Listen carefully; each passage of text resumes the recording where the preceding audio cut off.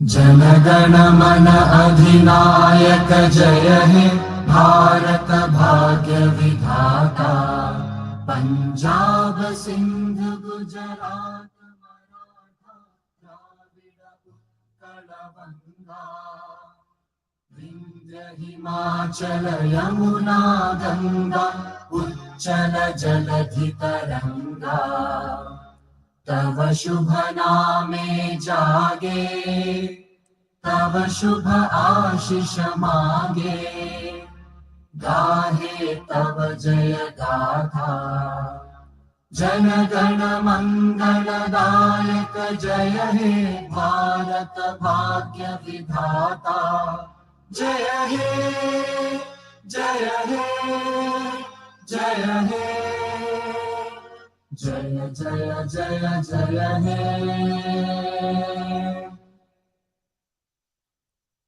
皆様、ご着席ください。Please have a seat.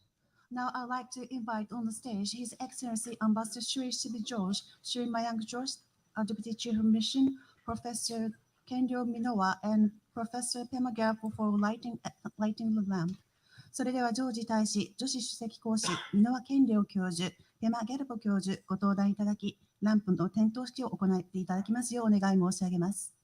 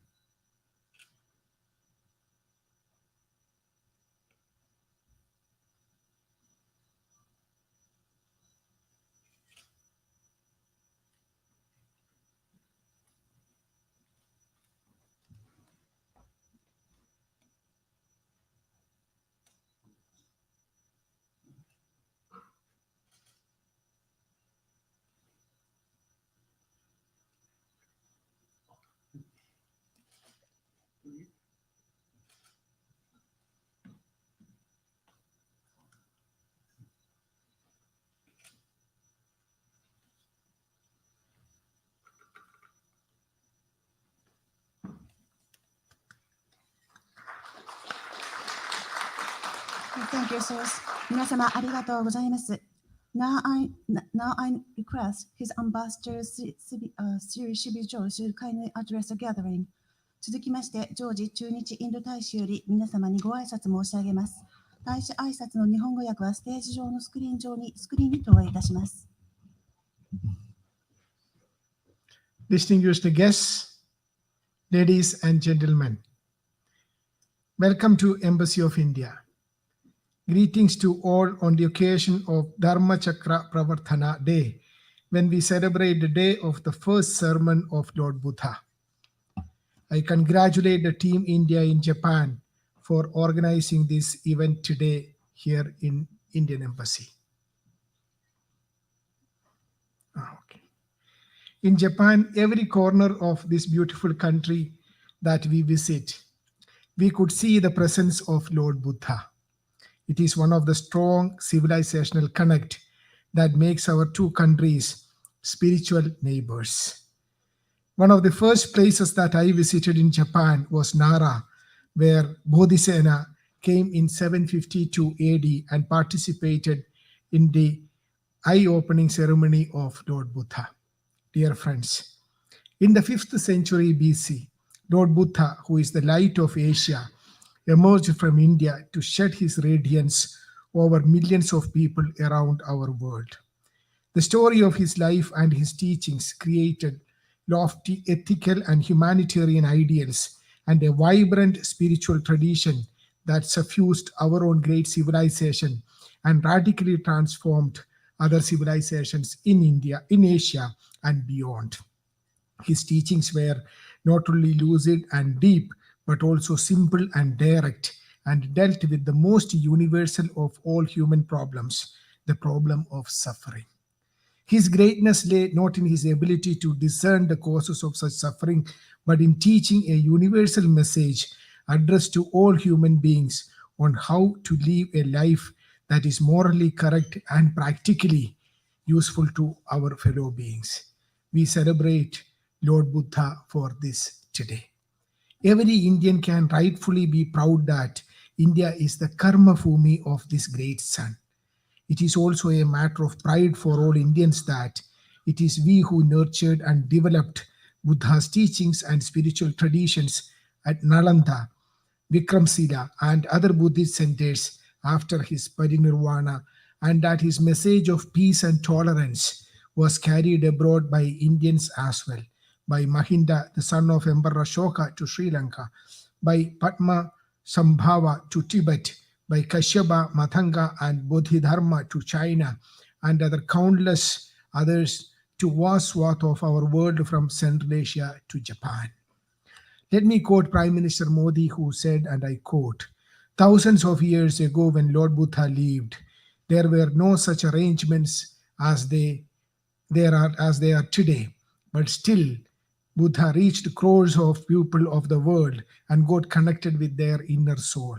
I have experienced this in temples and Buddhist monasteries in different countries, from Kandy to Kyoto, from Hanoi to Hambantota.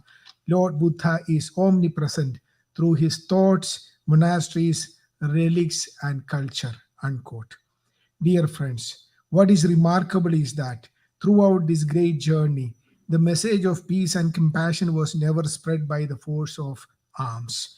The tradition of persuasion by truth and non-violence, for which India is famous, found fruition 2 millennia later in our freedom struggle led by Mahatma Gandhi, who always acknowledged a debt of gratitude to Lord Buddha. I recall the words of Prime Minister Modi, who referred to Lord Buddha and his teachings of non-violence during the unveiling of the statue of Mahatma Gandhi in May this year, during his visit to Hiroshima for the G7 summit. I invite you all to visit the Gandhi statue during your next visit to Hiroshima. Dear friends, I should also mention the Indian Buddhist Confederation, IBC, as a global umbrella Buddhist organization which strives to bring together all Buddhist organizations, institutions, and lay entities across the world. It makes efforts to highlight the essence of Dhamma in dealing with contemporary challenges such as conflicts, climate change, health issues, sustainability, among others. More than 200 Buddhist organizations and institutions from across the world are part of the IBC. In April this year, IBC organized the Global Buddhist Summit, which witnessed participation of more than 700 followers of the Dhamma, including 170 foreign delegates from 32 nations. Honorable Prime Minister Sri Narendra Modi inaugurated the event, which was also attended by His Holiness the Dalai Lama. Dear friends, as a young diplomat, I had a great opportunity to visit most of the pilgrimage places attached to the life of Lord Buddha. I accompanied the then Prime Minister of Mongolia, who was on an official visit to India, to visit some of the pilgrim centers such as Bodh Gaya, Sarnath, and Kushinagar. I also recall my visit to Takshashila. It is at Sarnath that Lord Buddha gave his first teaching after attaining enlightenment. I invite our Japanese friends who are present here to visit these places, which has a special connect with Japan. Dear friends, I would like to conclude by quoting Honorable Prime Minister Modi, who said about Lord Buddha, I quote, "The Buddha is an incarnation of the collective sense of humanity. There are Buddha perceptions and so are Buddha researches. There are Buddha thoughts and so are Buddha samskaras. The Buddha is special because he did not only preach, but he made humanity feel knowledge. He dared to abandon the great glorious kingdom and comforts. Certainly, he was not born as an ordinary child, but he made us realize that sacrifice is more important than attainment. Realization is complete only by renunciation. That's why he wandered in the forest. He did penance. He did research. After that introspection, when he reached the pinnacle of knowledge, he never claimed to do any miracle for the welfare of the people. Rather, Lord Buddha showed us the path which he himself had lived. He had given us the mantra, be your own lamp. Don't take my words out of respect for me either. Rather, test them and assimilate them." Unquote. Dear friends, Lord Buddha's message of peace, tolerance, and harmony must continue to guide us in this century as it has in the past 24 centuries. We have today present with us scholars who can speak about Lord Buddha and his teachings.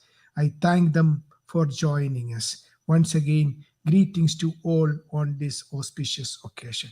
Thank you and good afternoon. Thank you, sir.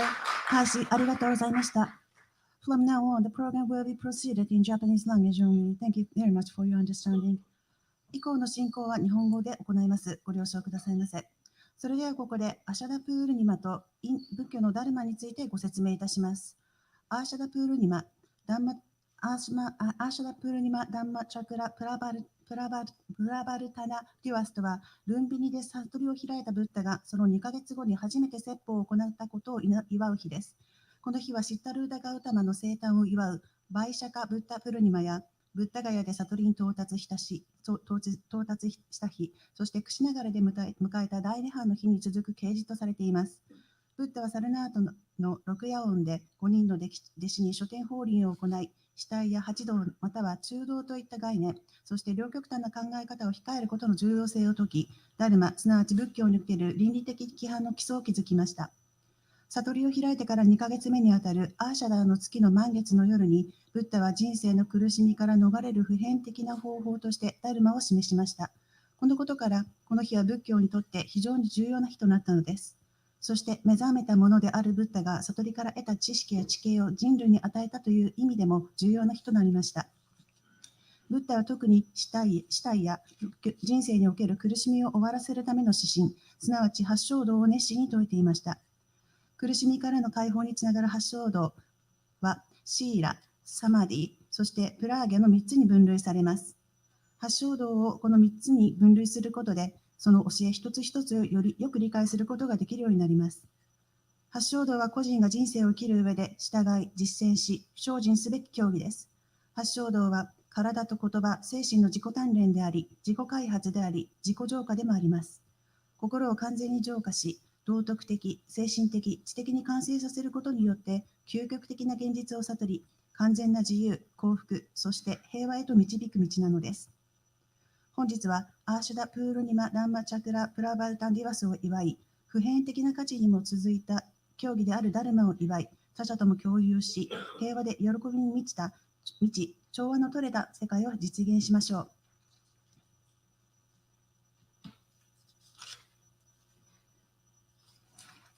う。さて、2013年に創設された国際仏教連盟または IBC は、仏教遺産の保存や知識の共有、仏教的価値観の促進のほか、仏教が国際議場に有意義な形で参画し、世界的な課題で役割を果たすための統一機関として構築されました。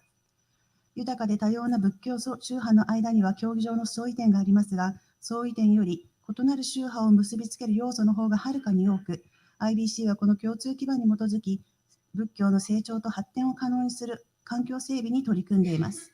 聖なるサンガ、世界中の仏教宗派、組織、機関、総員の代表者が IBC 創設者、また IBC 憲章の署名者として名を連ねています。それではここで IBC の10年の足跡をめぐる動画をご覧ください。2本続けて上映いたします。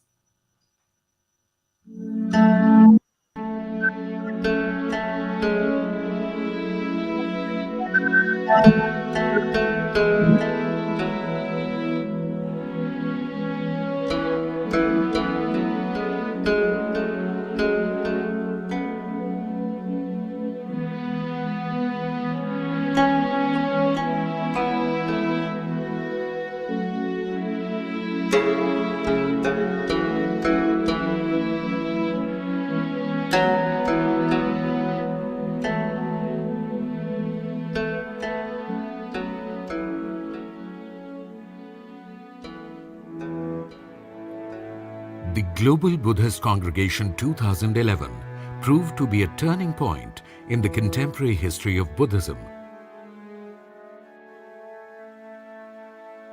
Convened by Lama Lobsang, a renowned Indian Buddhist monk. The historic congregation comprising 900 delegates from all over the world, including the supreme Buddhist hierarchy representing the entire Buddhist world, unanimously resolved to form the International Buddhist Confederation, or the IBC, a global umbrella Buddhist body to be based in India. Bharat Buddha भूमि है जहाँ पर भगवान बुद्ध ने ज्ञान प्राप्त किया, जहाँ भगवान बुद्ध ने प्रथम धम्म चक्र परिवर्तन किया है, जहाँ पर भगवान बुद्ध ने महापरिनिर्वाण किया, हमारे यहाँ लोग श्रद्धा से आता है।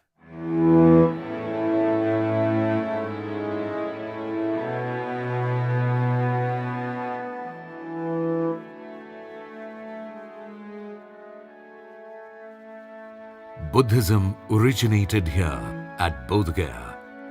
This great awakening temple stands here in all its majesty to remind us of the timeless story of the enlightenment of Bodhisattva Siddhartha, who attained the Sambodhi, or the perfect enlightenment here, and became the Buddha 26 centuries ago on Vaishakh Purnima, which is a full moon day in the month of May.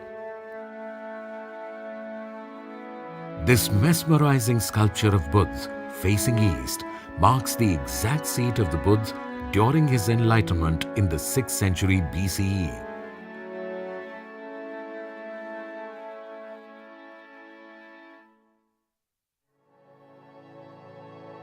The Buddha travelled 180 miles from Bodh Gaya on the ancient Uttar Path to reach present Sarnath. As per tradition, it was here in the deer park of Sarnath on Ashar Purnima, a full moon day in the month of July, that the Buddha delivered his first preaching to his 5 former ascetic companions.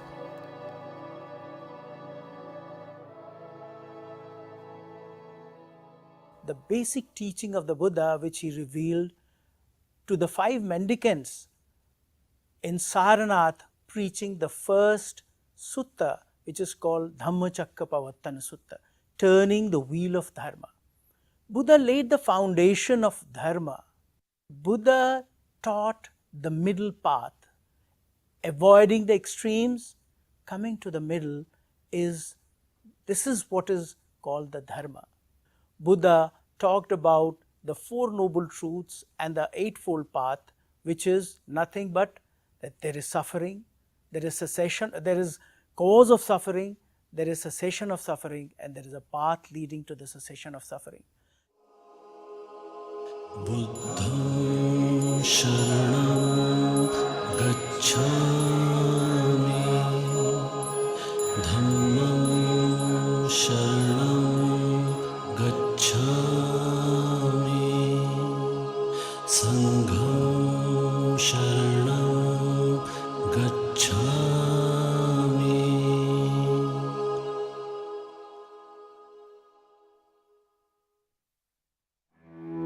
In the 3rd century BCE, Emperor Ashoka understood the true meaning of the Dhamma and applied it as a means of righteous governance. He played a major role in the widespread propagation of Buddhism by sending Dhamma missions within his vast kingdom and much beyond into other countries. His efforts took root, and in due course of time, the footprint of Buddhism grew many folds and even acquired the status of state religion in some countries. The Dhamma markers made by Emperor Ashoka and his rock edicts, which were strategically placed on important trade routes, proved to be a novel idea for the widespread propagation of the Dhamma. An important example in this context is the Kalsi Rock Edict site, containing all the major rock edicts from 1 to 14.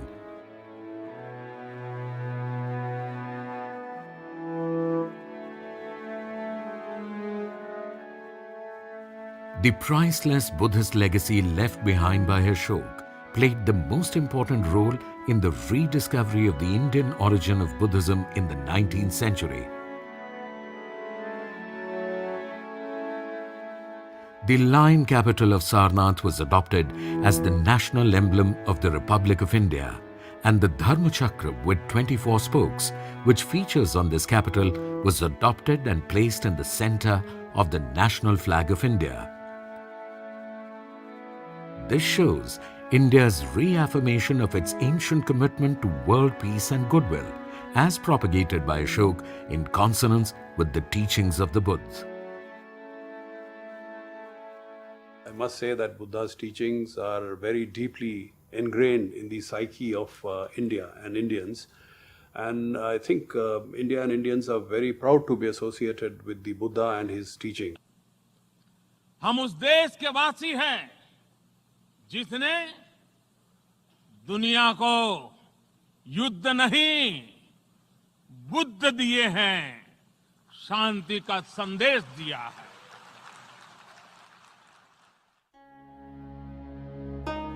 Buddhism, for the first time in the 3rd millennia, moved into new continents like Australia, Africa, Europe, and Americas. A need was felt to facilitate interactions within the Buddhist world and to rejuvenate and revive the ancient linkages, as was the case in the ancient times when India, the birthplace of Buddhism, acted as the source and the driving force of Buddhist philosophy, art, architecture, and ideas.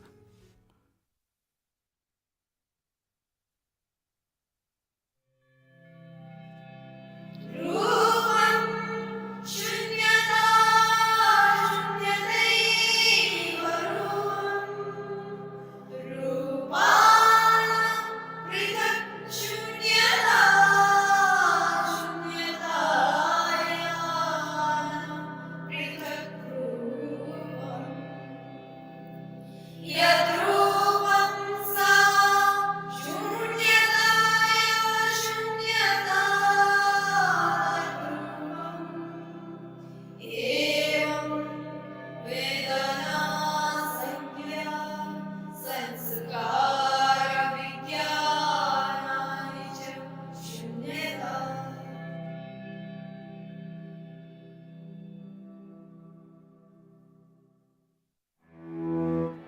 The International Buddhist Confederation, or the IBC, became that platform where all the Buddhist traditions that had flourished in isolation in different parts of the world came together under one umbrella to strengthen interactions within themselves. Buddhists from all over the world, belonging to all traditions, both Sangha and lay communities, gathered to form International Buddhist Confederation. Definitely it was very historic event for the whole Buddhist world. Now we have over 39 countries having more than 350 organizational members of IBC. The IBC represents the rich unity in diversity of Buddhism and provides a platform for the global Buddhist community to share its collective wisdom and meaningfully participate in the ongoing global social and political discourse to address important issues like world peace and environmental degradation for the benefit of all sentient beings.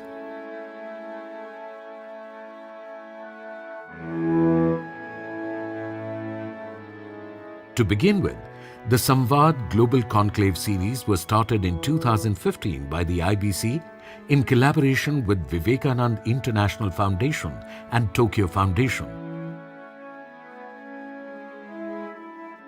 Graced by the Honorable Prime Minister of India, along with other esteemed political, religious and academic personalities, the conclave was conceptualized on shifting the paradigm from conflict resolution to conflict avoidance and from environmental regulation to environmental consciousness as per the principles enshrined in the teachings of the Buddha.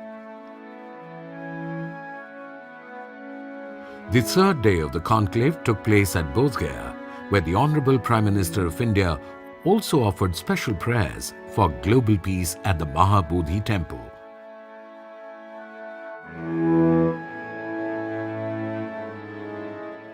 The Bodh Gaya Declaration 2015 was adopted on this occasion. I recognize how Buddhists all over the world revere Bodh Gaya as a place of pilgrimage. We in India would like to develop Bodh Gaya so that it can become the spiritual capital and civilizational bond between India and the Buddhist world. The government of India would like to provide all possible support that its Buddhist cousin nations need for the satisfaction of their spiritual needs from this holiest of holy places for them. IBC is continuously developing a national Buddhist calendar to mark and celebrate important historical days in the life of Buddha and his prominent disciples. Such important days are being celebrated at the national level on a regular basis with full support of the Government of India.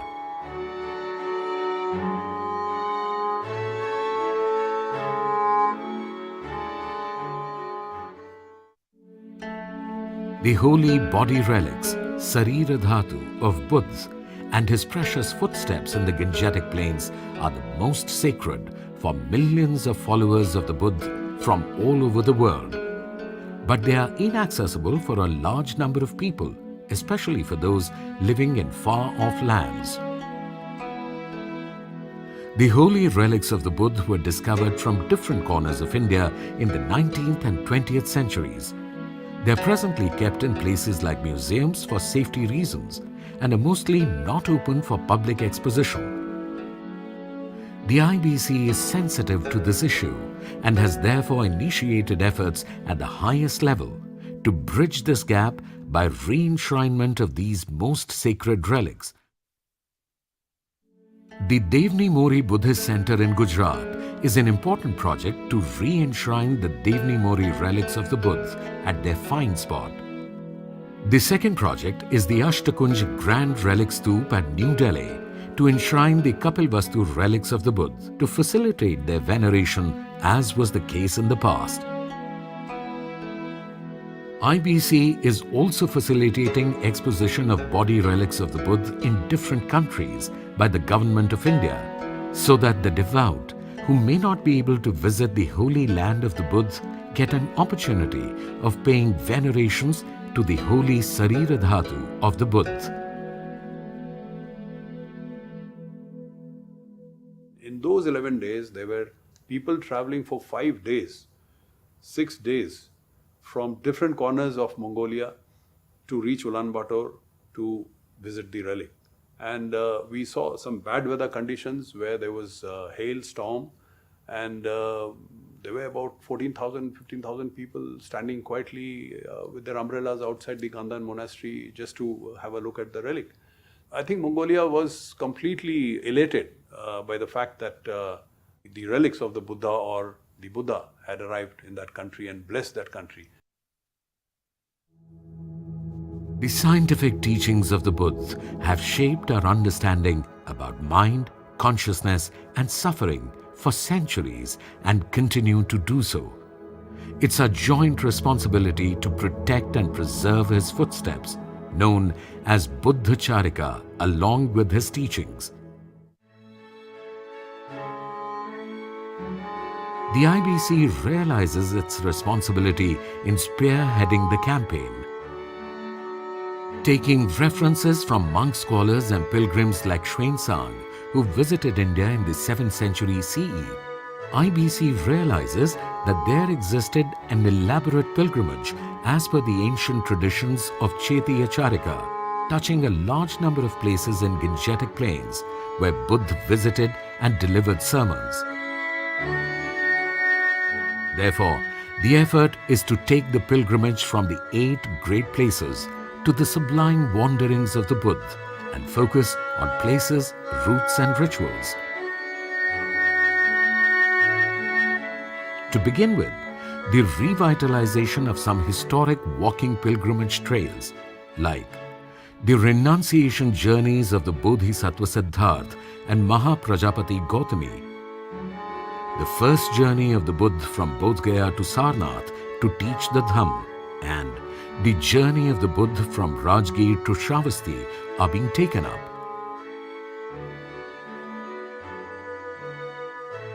An important project for the integration of the sublime wanderings of the Buddha in the Gangetic Plains is the development of India International Center for Buddhist Culture and Heritage in the Lumbini Monastic Zone by the IBC.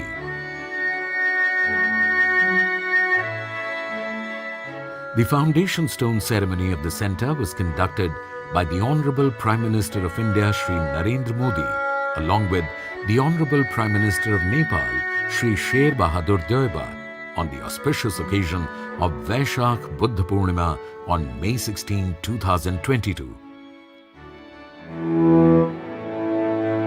Working for the Dhamma and its dissemination is the collective responsibility of the entire Buddhist world.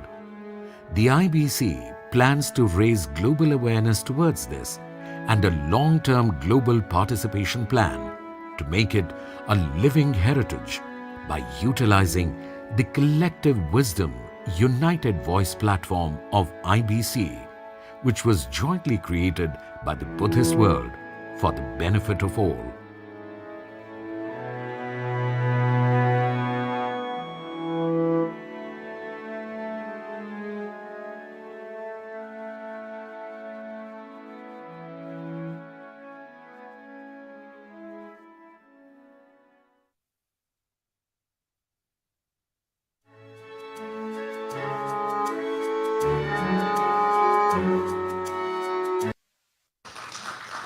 世界での仏教布教また世界中の仏教学者や仏教指導者の皆様の連携や交流を強化するためにインドの IBC が行っている膨大な取り組みを皆様が評価してくださることを願っております。それではここで拓殖大学のペマ・ギャルポ教授にご登壇いただき発表をお願いしたいと思います。ギャルポ先生、よろしくお願いいたします。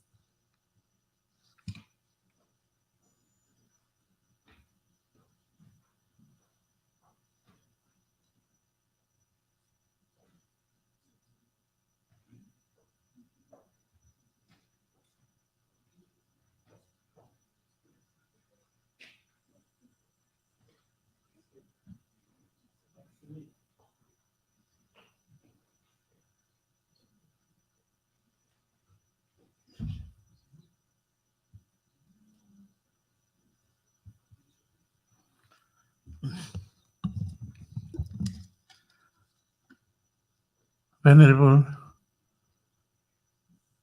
Reverends, Your Excellency, after the eloquently and accurately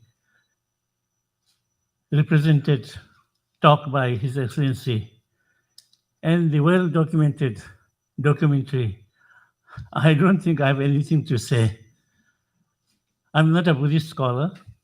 I'm not a monk. I'm just a Buddhist and a layman. But I think maybe a few words, if I could add, because I'm given about 4 to 5 minutes to say something. As you could see from the documentary, that Buddhism has not been forced by invaders or conquerors. Many of the countries sought Buddhism, like King Sonsei Gampo and Trisung Jetsen of Tibet, and Shotoku Taishi, and Shomu Tenno of Japan.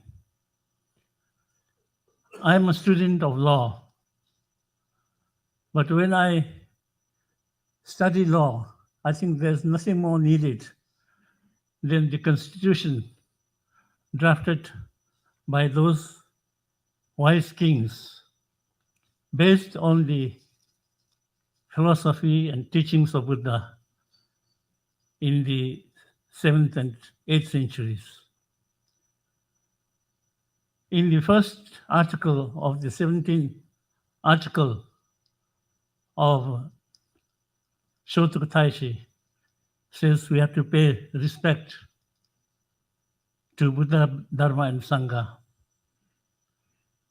Of course, in Article 1 of the Article 17-point Constitution of Shotoku Taishi also says that we have to have harmony. And it was in the second, in the second to say that we have to pay respect to Buddha, Dharma, and Sangha. And King Sonsei Gampo's 16 pure codes for human conduct. Again, in the first article, it says pay respect to Buddha, Dharma, and Sangha. In those days, we didn't have fax. We didn't have computers. It was only identical, the two articles, two constitutions, because I think it's based on the teaching of Lord Buddha. Until 1950s, Tibet never had another constitution. And I think till 1868, till the major constitution, these two articles has guided the two people. Not only the two people,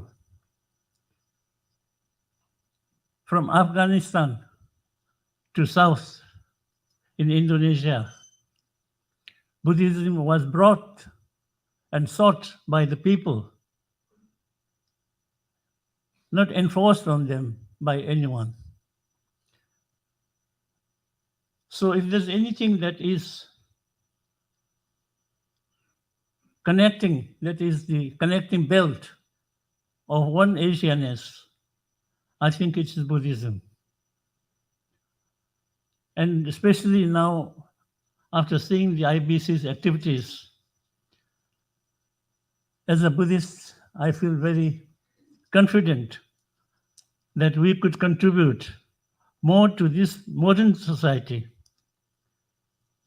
because at homes, among nations, there is a lot of disharmony, war, and bullying. But I think that could not be overcome by doing the same things on others. His Holiness the Dalai Lama always tells us that try to do good to others, even if you cannot do good to others, don't harm them. I think this is something that we need in this century. Lord Buddha's teaching was taken to south, west, north, east of India, and it was modified in some ways. You could see in the robes of the monks of different countries, but the essence has never been changed. The essence remains Buddhism. If the essence is changed, it's no more Buddhism. But Buddhism, in every part, though modified, to meet and to maybe make more easier for the people to understand, it has been in some ways modified. So therefore, I think even today, it is our duty to make it more viable, more vocal. And we are very happy to see that Prime Minister Modi, as he said in the document, that the place of the enlightenment of Lord Buddha, the people of government of India are also taking keen interest in playing a greater role to revive and to make Buddhism stronger and more available to all people of the world. I think I should not say anything more because my time is 4 minutes. And also I must apologize for those Japanese who may not have understood. たった一つ、仏教は決して他の国の侵略、あるいは権力によって押し付けられたものではなくて、あらゆる国において、その国から求められたものだったということ、これは非常に私はですね、仏教の画期的な一つの特質だと思います。今の社会では、ややもすれば自分の意見、自分の考えを他に押し付ける傾向があります。私は大学で法律を勉強しました。六法全書に書いていることはすべて、たった16、17条の聖徳太子、そして尊崇願望の憲法に書いたものはありません。そういう意味で、今回、このような形で、仏教の発祥地であるインドが積極的な役割を果たして、そして世界にもう一回私たちにこのありがたい教えを伝えるように努力していることに対して心から敬意をしたいと思います。時間がありませんので以上です。ありがとうございました。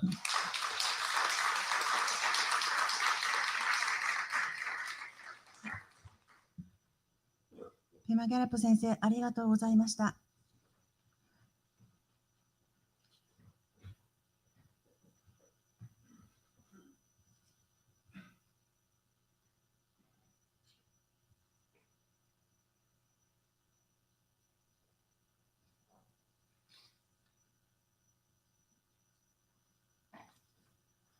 続きまして、東京大学大学院インド哲学仏教学研究室の箕輪健良博士に、ブッダのダンマと現在の社会における関連性についてお話しいただきます。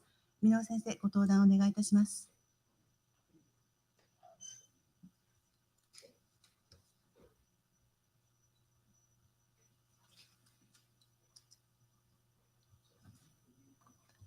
ただいまご紹介に預かりました箕輪と申します。日本語で失礼させていただきます。少しパワーポイントを作ってきましたので、それを使いながらお話をさせていただきます。次のページをお願いいたします。今日の話は、ブッダの伝えたものが具体的にどのようなものであったか。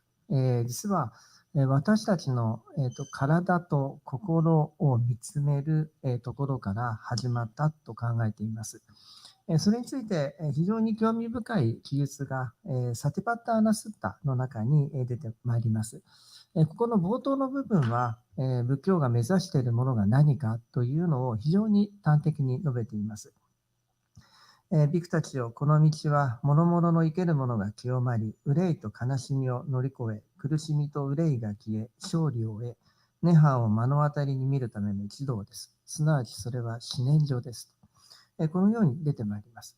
この思念所というのは、身体、そして感受、心の働き、そして誰もが起こす心の働きを見つめることであります。次をお願いいたします。実はブッダの教えの中では、このサティパッターナスッタの一番最初、サティという言葉が登場いたしますが、これが大切なものと考えられます。スッタニパータの中に8施設よりなる章というのが存在しています。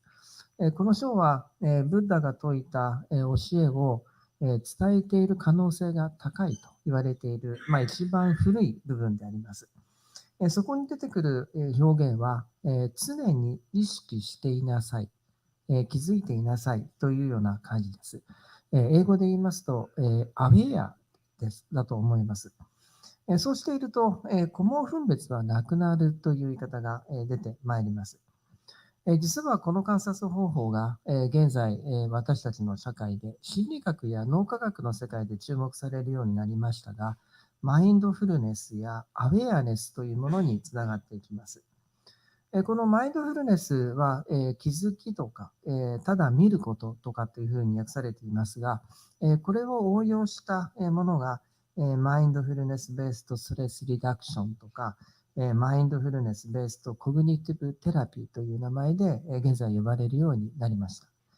上の方は私たちが日常生活の中で感じるストレスを低減していく方法として取り上げられました。下の方は私たちがいろいろと考えてしまう、ちょっとうつ病的な傾向を治すものとして取り上げられたものです。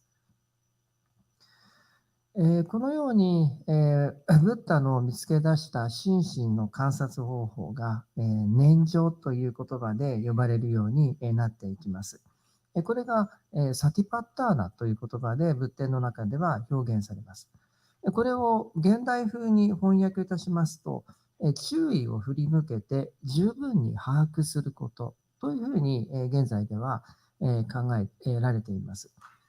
この内容については、初期の仏典の中のミリンダ・パンハーという資料の中では、サティとは流されないことと把握することを特徴とするというふうに出てまいります。この実践を通して見えてくる世界が無常であり、苦であり、無我であるというものです。アニッチャ、ドゥッカ、アナッタという言葉で表現されますが、ここにやがて空とかですね、あるいは不浄であるという言葉も加わってきます。いつの間にか仏典の中では、無常であり、苦であり、空であり、無我であることをが得られる。あるいはそれを目的として観察をするというような言い方が登場するようになります。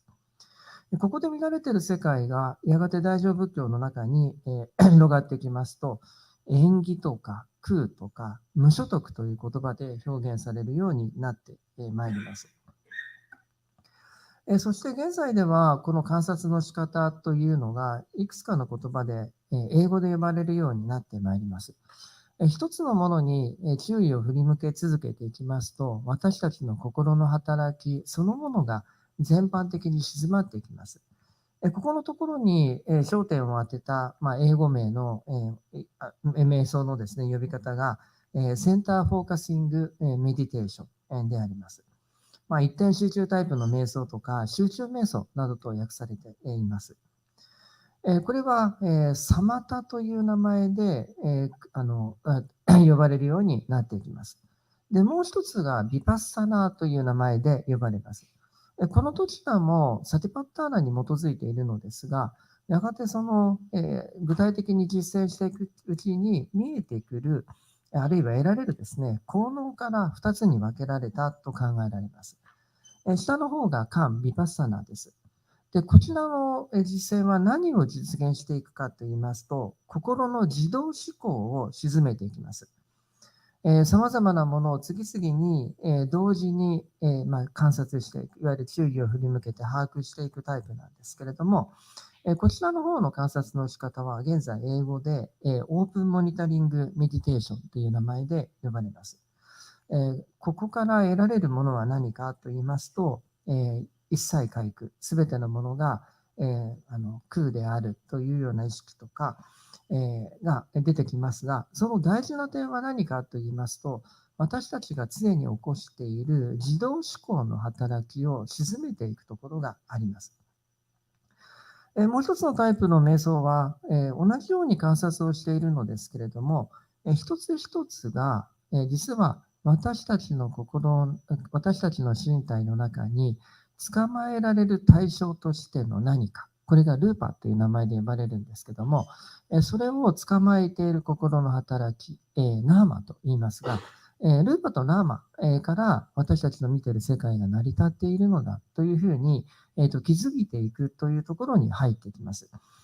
こちらの方は、私たちの見ている世界が私たちの心が作り出したものに過ぎないというようなところにつながってきまして、いわゆる無常であり苦である無我であるというのがしっかりと見えてくると。このような点からインサイトメディテーションという言い方で最近は呼ばれるようになっています。このようにブッダの教えというのは私たちの直面する心の悩みや苦しみを超えていくこと、これが最も大切な目的と考えられました。心身の観察から見えてくる世界は自己を中心としない価値観を養っていきます。別名、自己中心性から離れることを大切にするというふうに申したりします。そしてもう一つ大切な考え方がシム良心です。自、非、帰、者という言葉で、訳されますけれども、マイトリー、カルナー、それから、ミジター、それからベッカというですね、言葉で、出てまいります。他者に対していかにあるべきかという理想が語られている、私たちの心情の中で大切なものとして登場してまいります。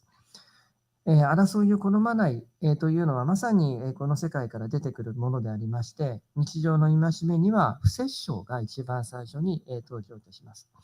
仏教が起こした戦争はですね、実は皆無に近いと思われるんですけども、最近は東南アジア、同期と言います東南アジア最大の問題、ロヒンギャの問題のところで、ちょっと過激な仏教徒の方が登場してきているようですけれども、基本的に、仏教が原因となって起こした、争いはないと言っていいのではないかと思います。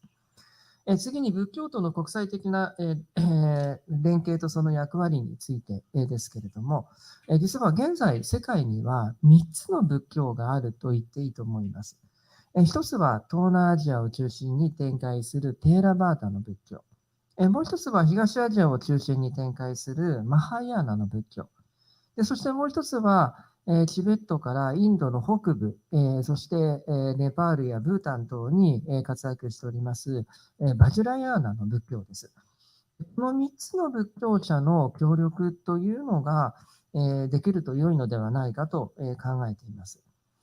それぞれの伝統の中にも様々な分派が存在し、同じ伝統の中でも他の伝統に対する態度が異なっています。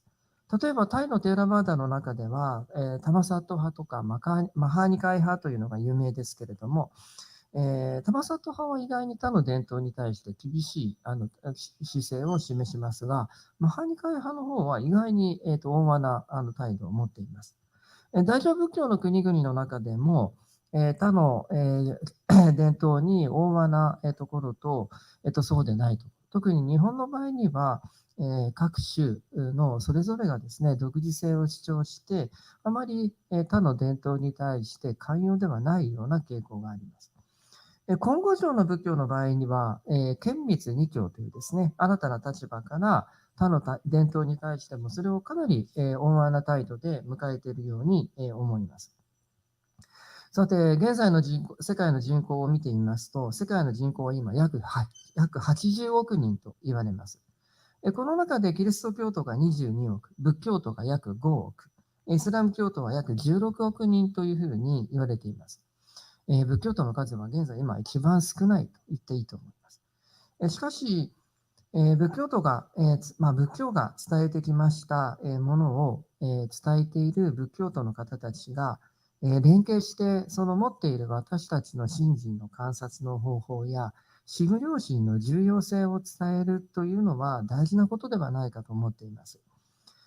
そのようなことが実現できれば、で大事なものはですね、共存のためにまずは対話から入っていくべきなんだと思うんですけども、その最初に存在すべきものは、自己中心性からの脱却が必要ではないかと思います。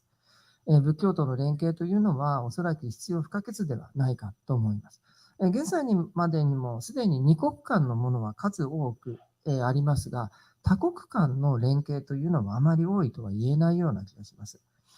仏教の3つの伝統を超えた連携みたいなものは、実は国連が主導するものがすでに存在していました。国連の決議によりまして、今年第18回目なんですけれども、米作セレブレーションというものが行われました。現在、これは今回ですね、6月の最初にタイの、バンコクとアユタヤを会場にしてですね、開催されました。新しい連携を考えていく必要があるんだと思うんですけれども、今の米作セレブレーションはちょっとセレブレーション的になりすぎまして、お祭りで、それはそれでいいんですけれども、もう少し中に踏み込んだものが必要ではないかと。出家者の方たちは様々な意味で高度な専門職者ではないかと思っております。その人たちがケーススタディを入れながら、研究者や仏教実践者の方が参加し、お祭りを含めても良いと思いますので、国際会議を継続的に開催することができれば、大変に価値のあるものになるのではないかと思っています。そのためには周到な準備が多分必要であろうと考えています。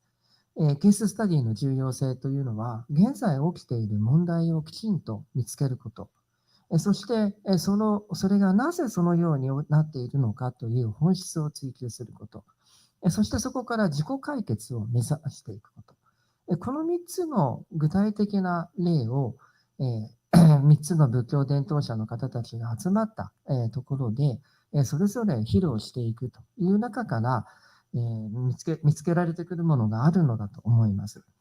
仏教者の連携がしっかりとした形で取れれば、それは今一番大きな問題になっています、平和に対して大きな一歩になるのではないかと考えています。簡単ではありますが、私のお話を終わらせていただきます。ありがとうございます。箕輪先生、ありがとうございました。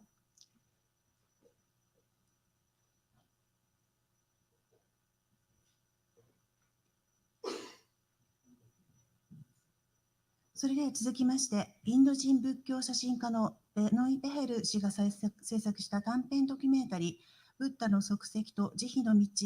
失礼いたしました。大変失礼いたしました。プログラムちょっと変更いたします。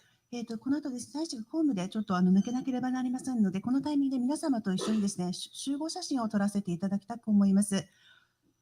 皆様ですね、壇上にお上がりいただけますでしょうか。Because the ambassador has an offshore engagement, we'd like to change the program to take the group photo of the other participants. So please get up on the stage, and there's no need to take off your shoes. その履物はそのままで結構ですので、ご登壇いただきですね、皆様で集合写真を撮らせていただきたいと思います。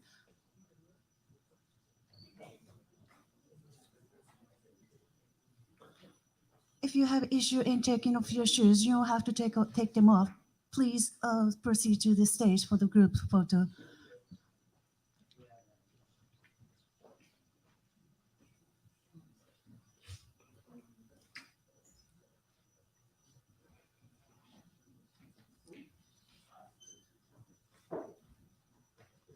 どうぞ皆様、ステージ上にお上がりいただきまして、皆さんで記念撮影を行いますので、靴はそのままお履きいただいたままで結構ですので、ステージ上にお上がりください。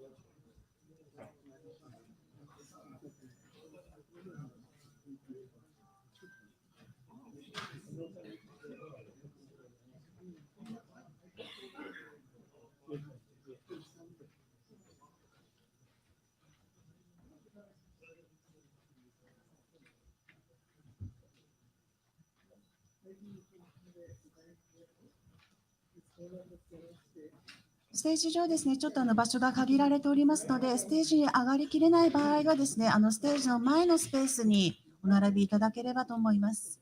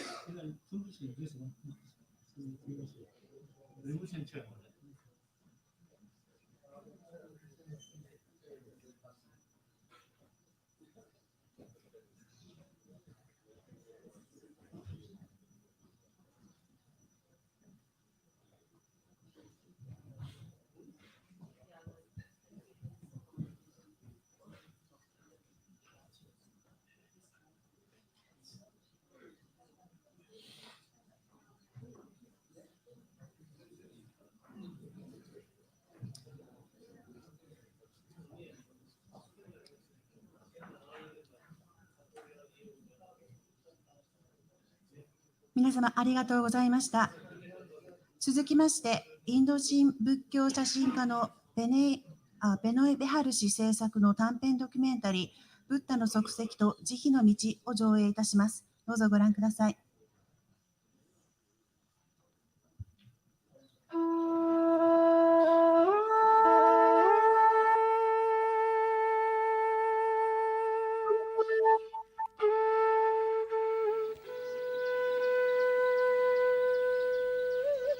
It was the beginning of the first millennium BC.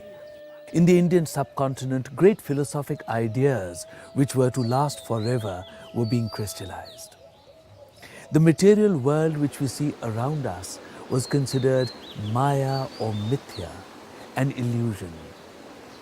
The high purpose of life was to rise above these limitations, to lift the veils of illusion and to see beyond, thereby to break the spell of the transitory world or samsara. In this age, numerous thinkers gave up the attractions of the material world to search for the truth. They left behind their material possessions and their emotional bonds with their families. They sought to be free of the endless pursuit of desires in the material world. The greatest renunciator of the period was Gautama Siddhartha, known as the fourth or the seventh Buddha or enlightened one. Millions of his followers continue till today as one of the greatest religions of the world, Buddhism.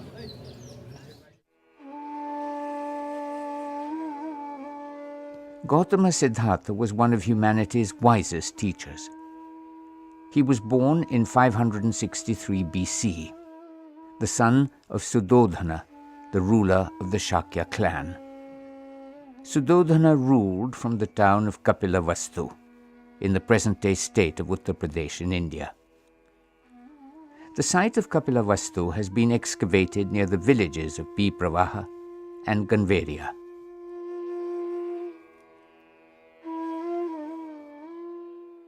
Before Gautama was born, it is believed that his mother, Queen Maya, had a dream.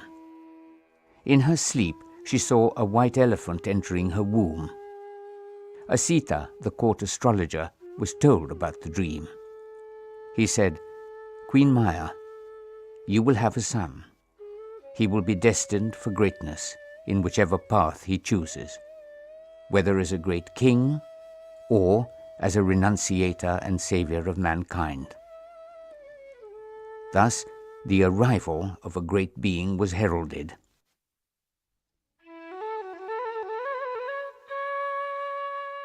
Just before she was to give birth, Queen Maya set out for her father's town, Devadaha.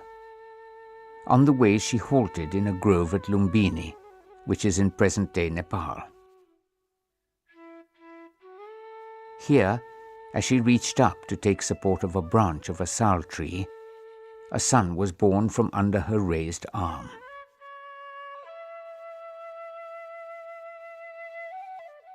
When he was born, the child took 7 steps towards the north and said, "I am one who will tread the path taken by others before me."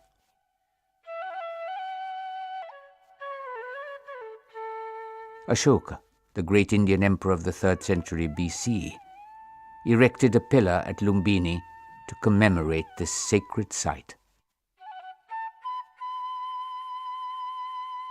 After his birth, Queen Maya bathed in a pond, and Gautama is said to have been given an abhisheka, or ritual shower, by mythical creatures.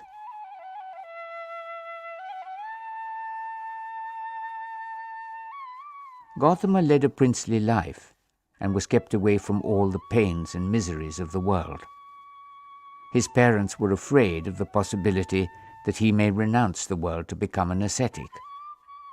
However, Gautama had an innate thoughtful nature and an inclination towards meditation.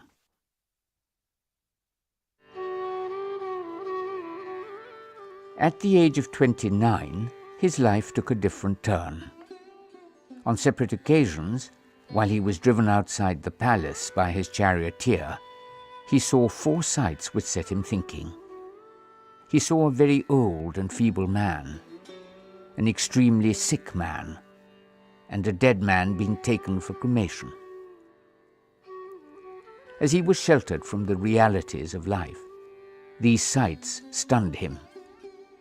He realized that all pleasure was transitory.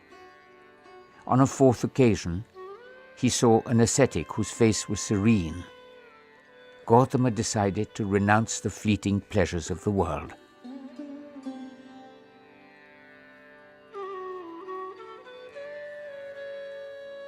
In the stillness of the night, Gautama bade a silent farewell to his sleeping wife and son. He left the palace quietly on his horse Kantaka, accompanied by his charioteer Chandaka. It is said that celestial beings cushioned his horse's hooves as he rode, so that the sound would not awaken the sleeping palace. Having gone some distance, Gautama cut off his beautiful long hair and took off his ornaments and royal attire. These and his horse Kantaka he sent back with Chandaka. It is said that his horse Kantaka, who loved him very much, turned around for one last look at Gautama. In that moment, Kantaka's heart broke and he died.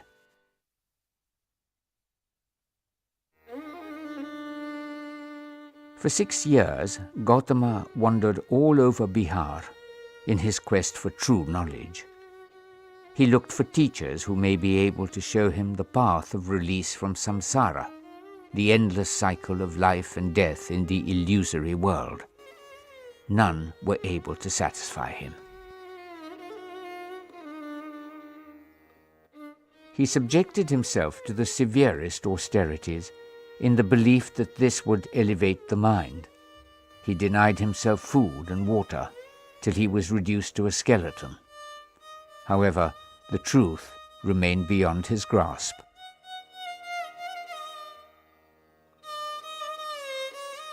Seeing the futility of self-mortification, Gautama decided to take nourishment again. This would sustain his body and give him the clarity of mind he desired. He accepted a bowl of sweet rice milk offered to him by a village girl, Sujata. A grass cutter offered him a bundle of soft grass on which to sit. Next to the Niranjana river at the village of Uruvela, Gautama sat down to meditate under a peepal tree. For days he sat in meditation, determined to seek the truth. Mara and his armies, the personifications of our doubts, confusions, and temptations, assailed him from time to time. However, he was unshaken in his meditation and his will to escape the desires and pains of the material world.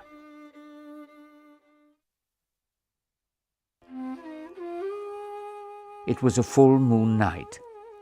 Gautama sat under the tree and continued his quest. Finally, his mind dispelled all the darkness of confusion. He fully realized the truth of the cause of suffering and the path to happiness. After 6 years of struggle, Gautama attained his goal. He had become a Buddha, one who has gained bodhi, the knowledge of the truth. One man's glorious journey in search of enlightenment was successfully completed. In this, there was the beginning of a great journey for mankind. Gautama Buddha had resolved to preach what he had realized.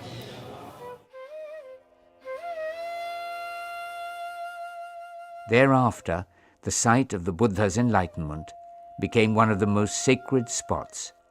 It is today known as Bodh Gaya. A rock edict records Emperor Ashok's visit to Bodh Gaya in the 3rd century BC. Here, he erected a shrine to commemorate the sacred spot.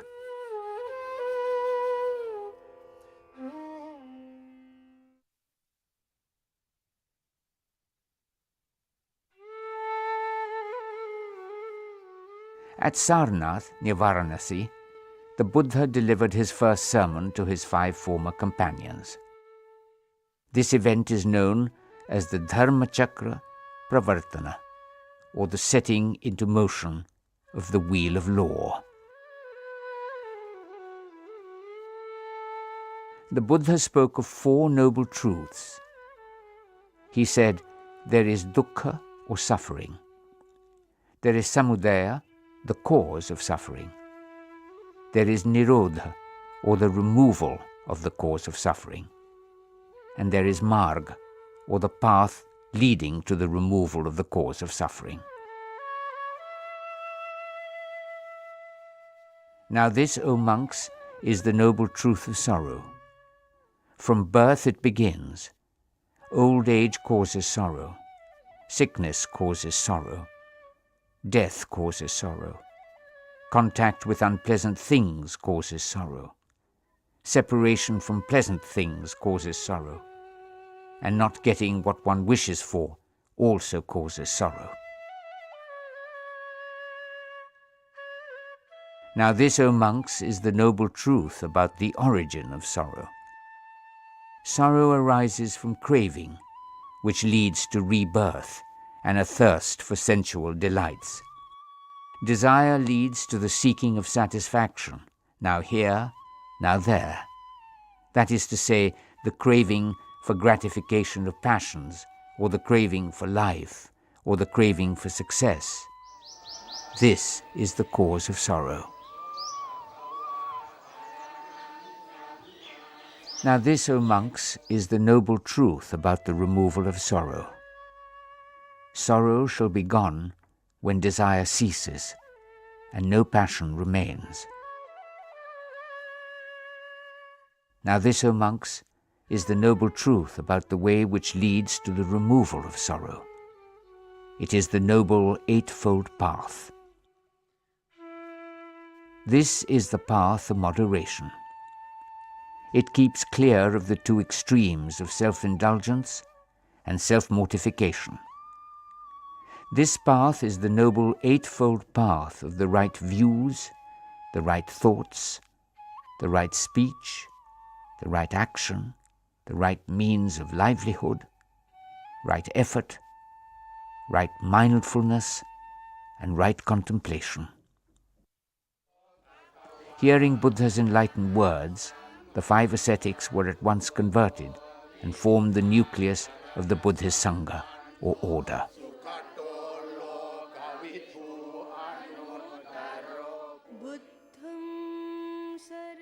The Dhammaik stupa is said to stand at the exact place where the Buddha preached to the 5 ascetics in the deer park.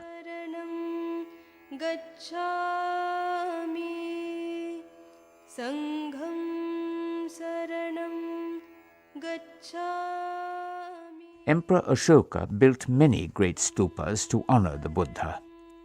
Each of these was called a Dharmarajika stupa, and these contain the holy relics of the Buddha. One of these is at Sarnath.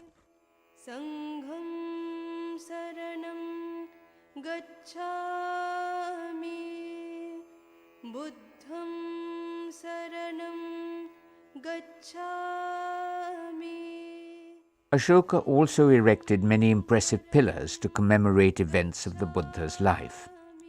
The Ashoka pillar at Sarnath, with its famous capital of 4 lions, was erected at the place where the Buddha established his first Sangha, the Buddhist congregation. The lion capital of this pillar is the national emblem of the Republic of India.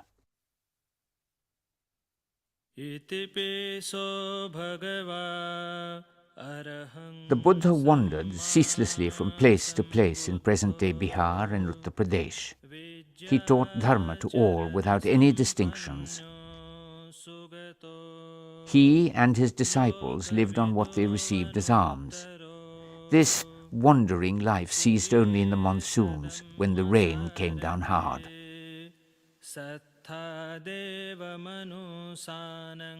The Buddha frequently visited Rajgir, the capital of the kingdom of Magadha. He spent many monsoons preaching here. After he passed away, the first Buddhist council was convened at this site. Modern-day Rajgir preserves the remains of this ancient past. In these, historians have tried to identify places associated with the events of the Buddhist history.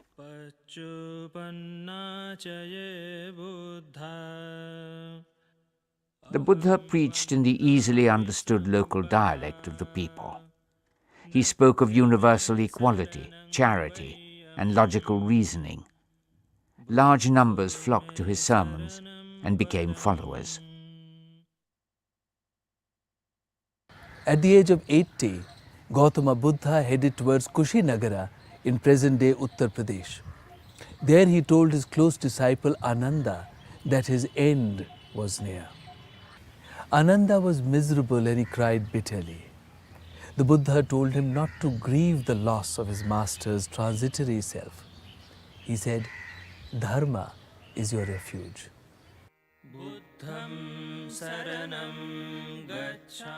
The Buddha addressed the Sangha one final time and said at the end, "All that comes to existence must fade away. Let your striving alone never come to an end." The year was 483 BC, and these were the Buddha's last words.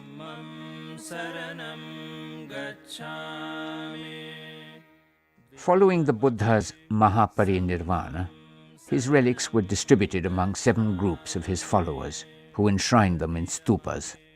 The Pali chronicles tell that Ashoka opened these original stupas and redistributed the relics in other stupas across his lands. Archaeological excavations have shown that the core of the stupas at Sanchi and Amravati date back to Ashoka's period.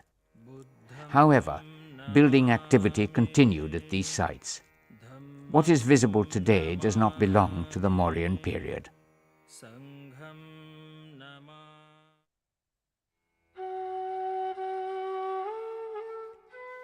Since earliest historic times, the kings and the people of this land presented a unique and fascinating culture.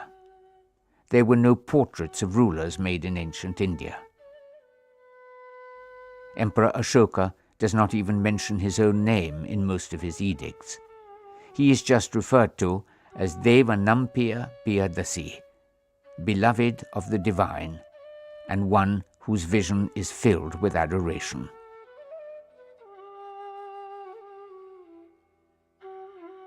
Besides his visits to many Buddhist pilgrimage sites, he also excavated great caves out of the hills at Barabar in Bihar.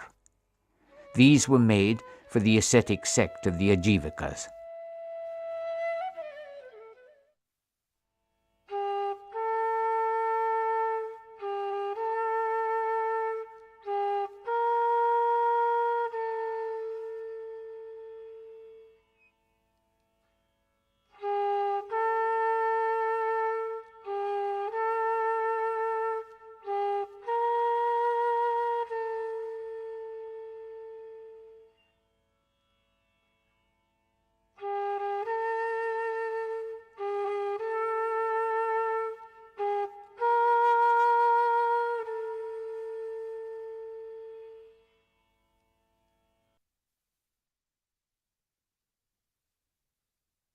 在日インド大使館ビーカナンダ文化センター所長のカニタ・アガルワルより閉会の辞を申し上げます。